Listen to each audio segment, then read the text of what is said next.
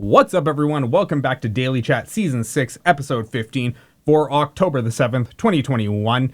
And I'm a day late and might be $1 short on this one, but I want to talk about the Twitch hack that happened on the 5th of October, that was released, I guess, yesterday on the 6th of October.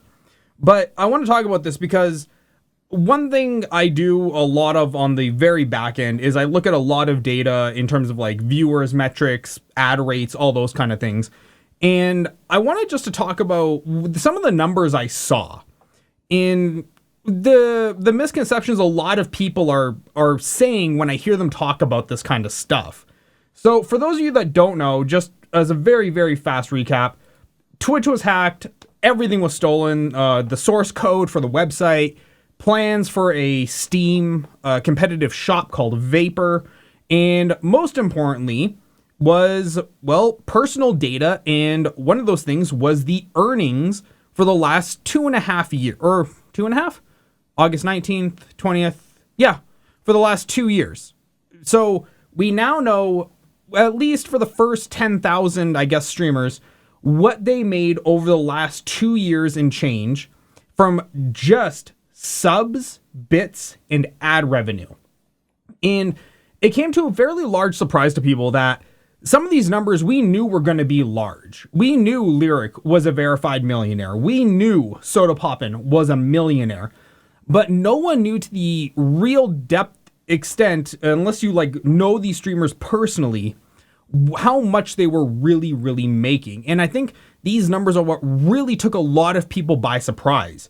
So Critical Role, you can see, is the very first person, or is the very first group on this list, and they made $9.6 million. And once again, subs, bits, which is the Twitch currency, and ad revenue. So they made $9.6 million, followed by XQC, which everyone could have seen coming from a mile away, and then Summit, Tfue, etc., etc.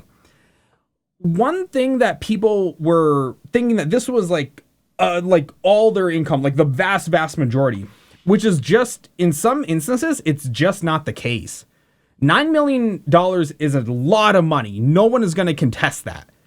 But this list really kind of doesn't tell you how successful some of these streamers really are.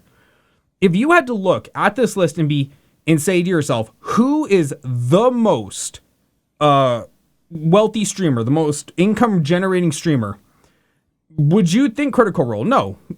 Critical Role, they might have their merch store, they might have their YouTube ad revenue, but I don't know if I would put them at the number one position in terms of all-time revenue generation month to month. And looking at this list, we can see there's Tommy Innit, who I believe is a YouTuber. We have a few people here who don't even stream, and yet they still make $100,000 a year, which was just insane. But the one that is, I think, the most underrated streamer on this list here is Amouranth. $1.363 million. Once again, a lot of money. No one is going to deny that.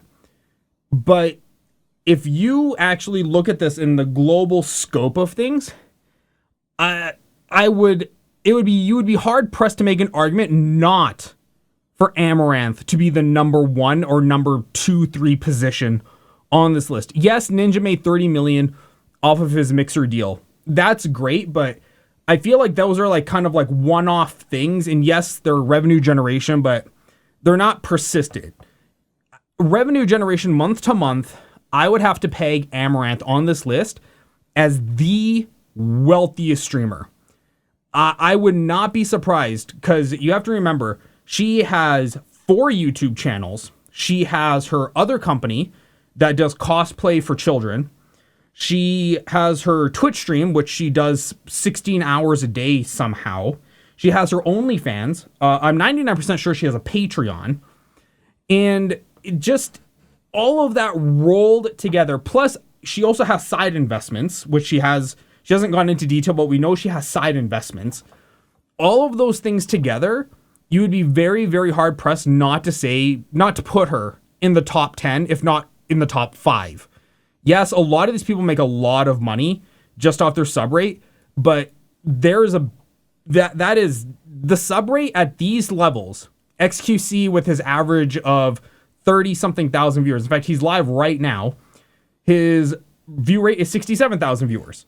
So 67,000. Summit's up there. Tifu, I'm surprised he's still up there, to be totally honest. Dr. Disrespect before he got banned. So hey, good on him. These sub rates are actually not as much money as the ad rates. I would venture to guess that an absolute solid 50% of this is ad rate money. Because when you get up to these multiple thousands of viewer streams and you run a 3-minute ad block, you would be absolutely astonished as to how much money that can generate you. I know from a few other streamers who have talked about this in the past, at 14,000 viewers, give or take, if you run your 3-minute ad block, you can average about 45 grand in a month just off your ad rate at 14,000 viewers. So when you're looking at this and you see XQC at 67,000 viewers, you have to be thinking about how much of a multiplier that is. Because see, when you get a sub is a static charge. You can have 3 tiers. So you have the free $5 tier, $10, $25. And you can either get $2.50, which is, or, the 50% rate, which is if you're a nobody streamer, which is all of you. Or if you're a somebody like an XQC, you probably get $3.50. It's very, very safe to bet he would have renegotiated with how popular he is to get the $3.50 ad rate or the $3.50 sub rate. So when you're looking at something like that, it's a lot of money. Don't get me wrong. He has 70,000 subscribers. It's a lot of money, but when you can run 3-minute ad blocks every hour, that sub money becomes almost insignificant. You can probably take your entire sub revenue for the month and make that in a few days if you're pulling in XQC numbers. Same with the tips. People assume the tips, and I also forgot that tips and merch are also not factored in, and you got to think about her tips and merch are probably also through the roof. But when you have those kind of extra things, yeah, you can get a lot, but if you average it out, you don't get some of these oil princes that drop, 50 grand. A lot of streamers don't get that. They get the $5, the $10, the $15.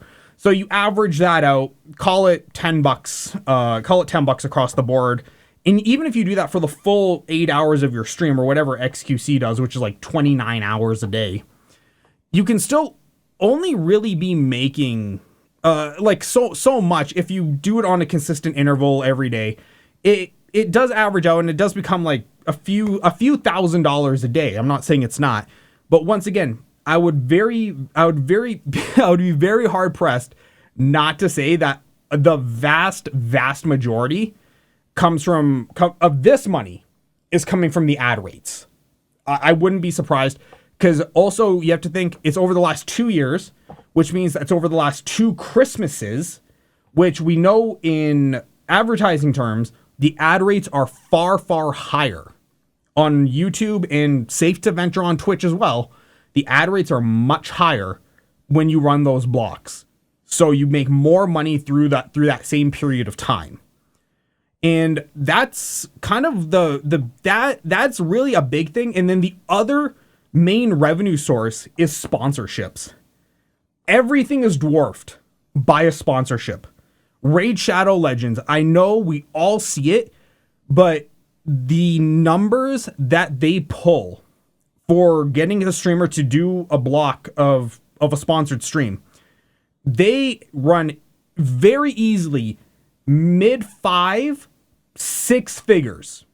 Easy, without batting an eye. Somebody the size of maybe Lyric or Soda Poppin' could be looking at $35, $40, $50, $60, $70,000 to do a Raid Shadow Legends sponsorship. When you think about it, it's a casino. That's what Raid Shadow Legends is. It's a video game casino. So to them, what's 70 grand? They'll make that back probably in the time the sponsorship is happening. And then you also have those crypto casinos, which is what Trainwrecks does. So Ms. Kiff has confirmed they approached Ms. Kiff offering him $300,000 a month. So that's $3 million-ish a year, $33.6 million a year to do the crypto casino. When you look at all of this stuff as a whole, these numbers become very, very small when you understand how much extra revenue generation some of these streamers have. Don't get me wrong, $9 million. No one is scoffing at $9 million in 2 years. But to call it even the tip of the iceberg is just completely underplaying how small that number is. Like I said, if you actually look at the streamers on this list in the top 100, but you actually think about how much extra stuff do they do for revenue generation outside of streaming, I would be hard pressed not to say Amouranth by a million miles, more than Pokimane ever could. Amouranth by a million miles is gotta be your number one. I would be so hard pressed to say it. That woman is probably the smartest businesswoman on all of Twitch. So there you guys have it. I just want to talk about the numbers that came out from yesterday and how people were understanding them and looking at the bigger picture as to how much money this actually was and how small these numbers actually are in the grand scheme of things. So I hope you guys enjoyed this video. If you did, hey, maybe hit that subscribe button, leave a comment down below. Other than that, my name has been Arif. This has been Daily Chat Season 6, Episode 15, and I'll see all of you on the next video. Bye.